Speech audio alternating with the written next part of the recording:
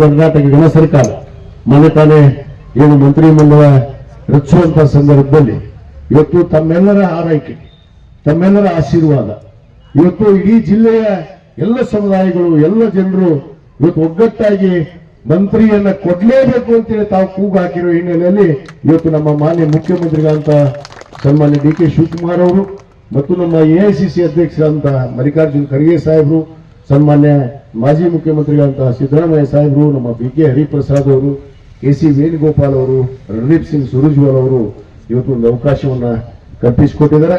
ಇಡೀ ಜಿಲ್ಲೆಯ ಜವಾಬ್ದಾರಿ ಜಾಸ್ತಿ ಆಗಿರುತ್ತೆ. ಈಗ ರಾಜ್ಯ ಸರ್ಕಾರದ್ದು ನಾವು ಜವಾಬ್ದಾರಿಯುತವಾಗಿರ್ತೀವಿ, ಯಾಕಂದ್ರೆ ಕೇವಲ 35 ಮಂದಿ ಕ್ಯಾಬಿನೆಟ್ ಮಂತ್ರಿಗಳಿದ್ದೀವಿ. ಅದಕ್ಕೆ ಬಹಳಷ್ಟು ಜವಾಬ್ದಾರಿ ಇರುತ್ತೆ. ಅದಕ್ಕೆ ನಮ್ಮ ಕ್ಷೇತ್ರದ ಜನರಿಗೆ ನಾವು ವಿನಂತಿ ಮಾಡ್ಕೊಳ್ಳೋದಿಷ್ಟೇ, ಯಾಕಂದ್ರೆ ಸಮಯ ಜಾಸ್ತಿ ಕೊಡಕ್ ಆಗೋದಿಲ್ಲ. ಈಗ ಅಧಿವೇಶನ ನಡೆದೈತಿ, ಅಧಿವೇಶನ ಮುಗಿದ್ಕೊಳ್ಳಿ ರಾಜ್ಯ ಪ್ರವಾಸ ಮಾಡಬೇಕು. ಬರ್ತವಾರದ ಒಂದು ಜವಾಬ್ದಾರಿಯನ್ನು ನಮಗೆ ಈಗಾಗಲೇ ಹೊರಿಸಿದ್ದಾರೆ.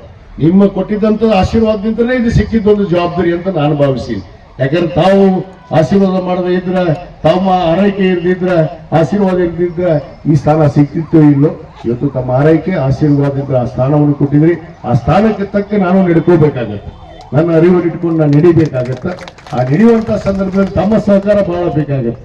ಯಾಕಂದ್ರೆ ಈಗಿಂದ ನಾನು ಸರಳವಾಗಿ ಸಿಕ್ಕಿದ್ದು ನಿಮ್ಗೆಲ್ಲರಿಗೂ, ಈಗ ಸ್ವಲ್ಪ ಸಿಗುದಿಲ್ಲ. ಬಹಳ ಮಂದಿ ಬೇಜಾರು ಹಾಕತ್ತಾರೆ. ಈಗ ಮಗ ನೋಡಿದ್ರೆ ಏನ್ ಬಿಡ್ರಿ ಸಿಗುದಿಲ್ಲ, 3 ಬಾರಿ ಬಂದೆ ಮನೆ ಸಿಕ್ಕಿಲ್ಲ, 4 ಬಾರಿ ಬಂದೆ ಸಿಕ್ಕಿಲ್ಲ ಅನ್ನೋದಾಗಿತ್ತು. ಪಾಪ ನಮ್ಮ ಗಂಜಾ ಸಾಹೇಬರು ಇಲ್ಲಿ ಬಂದು ಕೂತಾರ, ನಮ್ಮ ಮುದೋಳದವರು ಬಂದಾರ, ಪಾಪ ಅನೇಕ ಜನ ನಮ್ಮ ಬೇರೆ ಬೇರೆ ಕಡೆ ಇರ್ತಾರ, ನಮ್ಮ ಇದರಿಂದ ಬಂದಾರ, ನಮ್ಮ ಮೂಗ್ನೂರಿಂದ ಬಂದಾರ.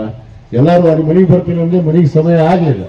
ಯಾಕಂದ್ರೆ ಜಿಲ್ಲಾಧಿಕಾರಿಗಳು ಒಂದು ಸಭೆ ಮೀಟಿಂಗ್ ತಗೊಂಡಿದ್ರೆ ಐತಾರಾದ್ರೂ ಕೆಲಸ ಮಾಡ್ಬೇಕು ಅನ್ನೋದು, ಕೆಲವು ಸುಮ್ಮನೆ ಕುಂದರಬಾರ್ದು ಅನ್ನೋದು. ಕೊಟ್ಟಂತ ಸಮಯವನ್ನ ಯಾರು ಉಪಯೋಗ ಮಾಡೋದಿಲ್ಲ ಅವನು ಧೀರನೂ ಅಲ್ಲ ಸೂರನೂ ಅಲ್ಲ ಅನ್ನೋ ಮಾತನ್ನ ನಾನು ಹೇಳಕ್ಕೆ ಇಚ್ಛೆ ಪಡ್ತೇನೆ.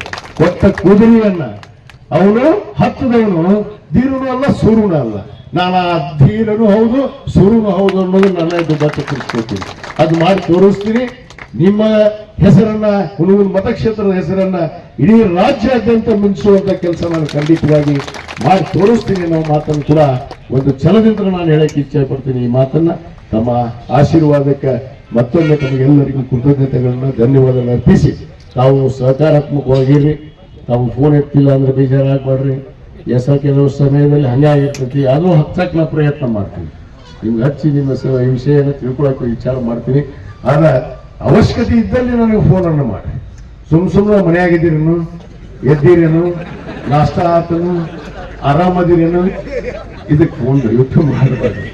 ಯಾಕಂದ್ರೆ ಅಷ್ಟು ಸಮಯ ಇಲ್ಲ. ಈಗ ನಮ್ಮಲ್ಲಿ ಖಾಲಿ ಇದ್ದೆ, MLA ಇದ್ದೆ, ಬರೀ ಇಲ್ಲಿ ನಿಮ್ಮನ್ ಬಿಟ್ಟು ಎಲ್ಲಿ ಹೋಗಿದ್ದೆ. 3 ವರ್ಷ ಇಲ್ಲೇ ಬಿದ್ದಿದ್ದೆ, ಊರ್ ಬಿಟ್ಟು ಹೋಗಿದ್ದೆ ಇಲ್ಲ, ಊರಾಗೇ ಇದ್ದೆ.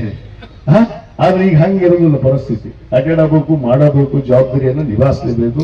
ಆ ಅರಿವನ್ನು ಇಟ್ಕೊಂಡು ಖಂಡಿತವಾಗಿ ನಿಮ್ಮೆಲ್ಲರ ಸಹಕಾರದಿಂದ ಆ ಒಂದು ಹೆಗ್ಗಳಿಕೆಗೆ, ಕೀರ್ತಿಗೆ ನಾನು ಅರ್ಹರಾಗಿ ನಡೀತೀನಿ ಅನ್ನೋ ಮಾತನ್ನ ಈ ಸಂದರ್ಭದಲ್ಲಿ ಹೇಳಿ, ಇವತ್ತು ತಾವೆಲ್ಲ ಇಲ್ಲಿ ಬಂದು ಈ ಕಾರ್ಯಕ್ರಮದಲ್ಲಿ ಪಾಲ್ಗೊಂಡು ಇವತ್ತೇನೇ ಒಂದು ಈಜುಗೊಳದ ಭೂಮಿ ಪೂಜೆಯನ್ನು ಮಾಡಿದ್ದೀವಿ.